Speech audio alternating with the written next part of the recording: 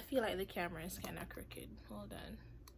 All right, see it there. Hey, what's up? It's Miss Tari, and let's get into this. We're talking about my experience with Amazon Flex.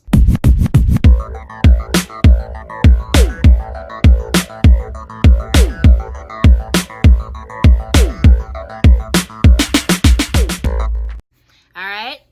So I started Amazon Flex back in, I think it was August, right? Because even my video that I posted first about Amazon, this has been recorded and sitting there since last year, because I'm using a program called Filmora 9, and Lord, that thing can crash.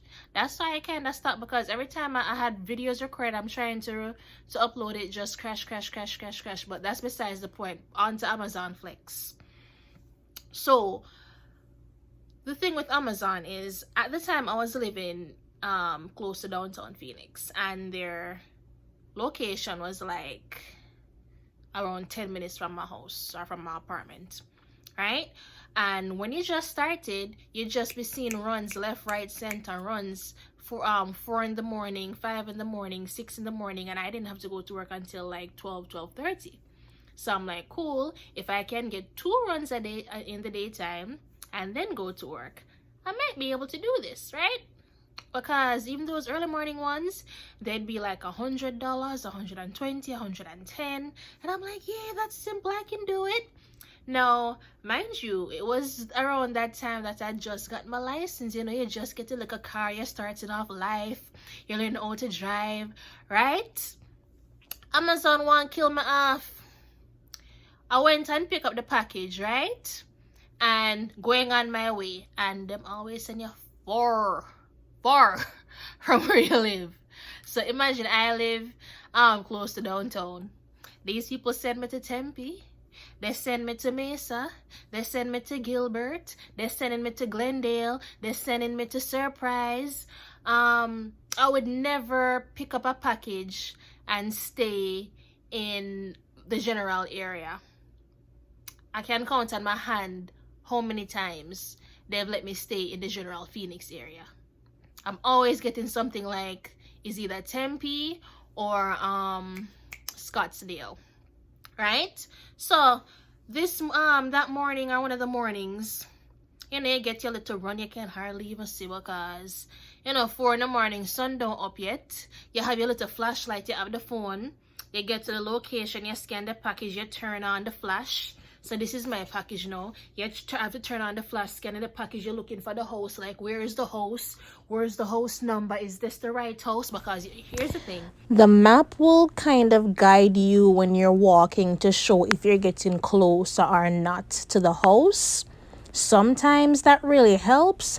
Other times it'll say that you're right there, but it's an apartment complex and the people forgot to put their apartment number on there. And all the map is saying is that you're arrived or you're right in front of it, and you can't really figure out which one it is. Oh, driving. As I said, these people won't kill me off. It tell me to make a right. But here's what I do. I copy and paste the message from the address from their app to Google Maps, right? And that morning, their app said make a right. And Maps didn't tell me to turn. So I said, Amazon said make the right, so I'm going to make the right. And before I even make the turn, I'll look, and the sign said, one way, do not enter. Why you want to kill me off in the early morning? Why? And then on top of this, their app, you'd be driving forward, but the app will make it look as if you're going the wrong way. So then you turn around thinking you're going the wrong way, and then that's when it actually shows that you're actually getting further and further away. That is why I had started to say, you know what, I'm not going to try to stress myself out with their maps, because I'm making too many wrong turns. It is taking way too long. So we're going to use Google Maps. So at least Google Maps, when you're going, it clearly shows that you're going forward, if you're going to turn right and left and all of that. So I would have my phone propped up on the front of the little car there, and it was either propped up. At one point I had it propped up, and at that point I had it plugged into the little AC thing. And you're going about your deliveries, right? Now, in the early mornings, when it's like 4 or 5 in the morning, sometimes somebody walking their dog, and you just want a little help, right? You want to know which side of the building you're delivering the package to, if you're on the right side, because it's early morning, it is hard to see the numbers. This lady outside with our dog, I mean, I clearly had on the vest, that the little blue vest that's the Amazon right here upon my titty, right? And I'm saying, excuse me, miss, can you help? I'm trying to find wherever.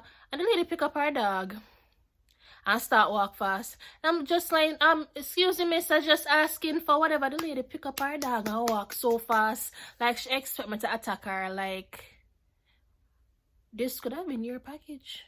For all you know, I am sure it is your package, and you don't get your package because you don't want to let me know if this is the right place or not. I clearly have things in my hand trying to deliver, and you can't even answer a simple question, but it's okay. It's all right. Maybe I would have run off too if somebody's trying to ask me something in the early morning when I'm letting out my dog for potty. But that has been my experience with them. One, the long wait time.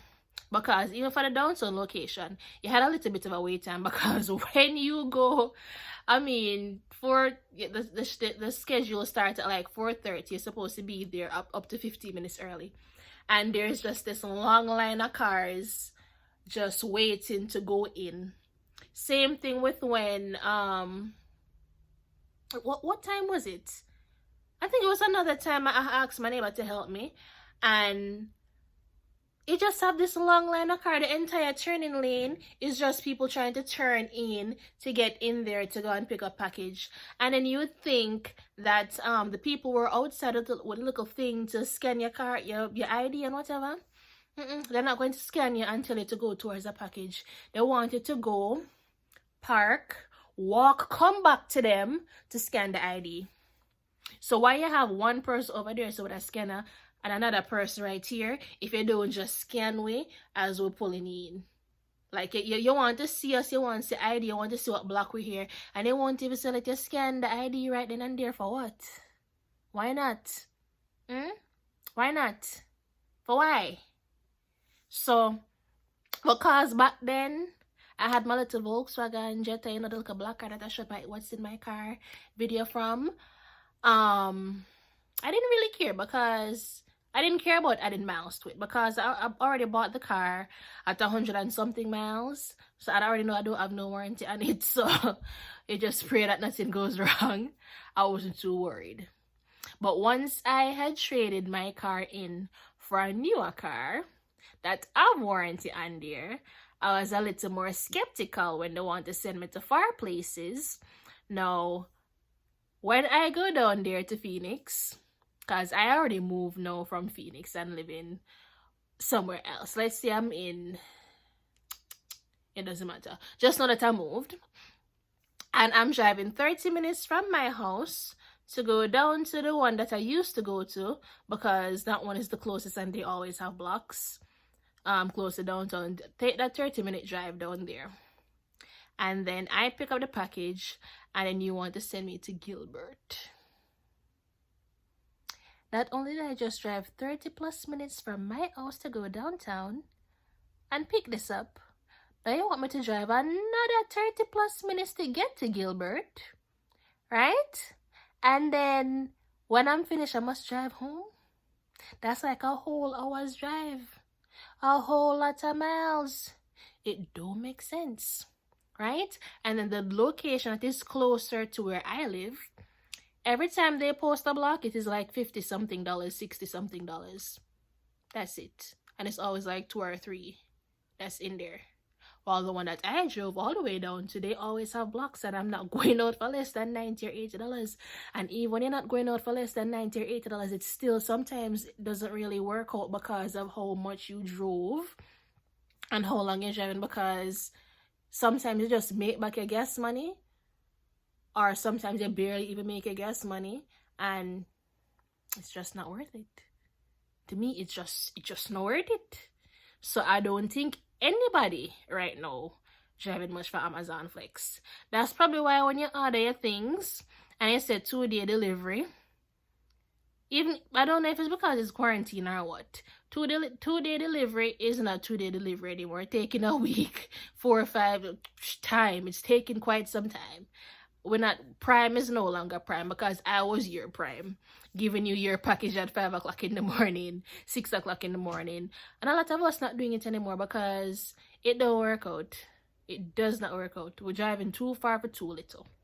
But that is my little 2 cents. Let me know your experiences, and don't forget to like, subscribe, and share. Bye.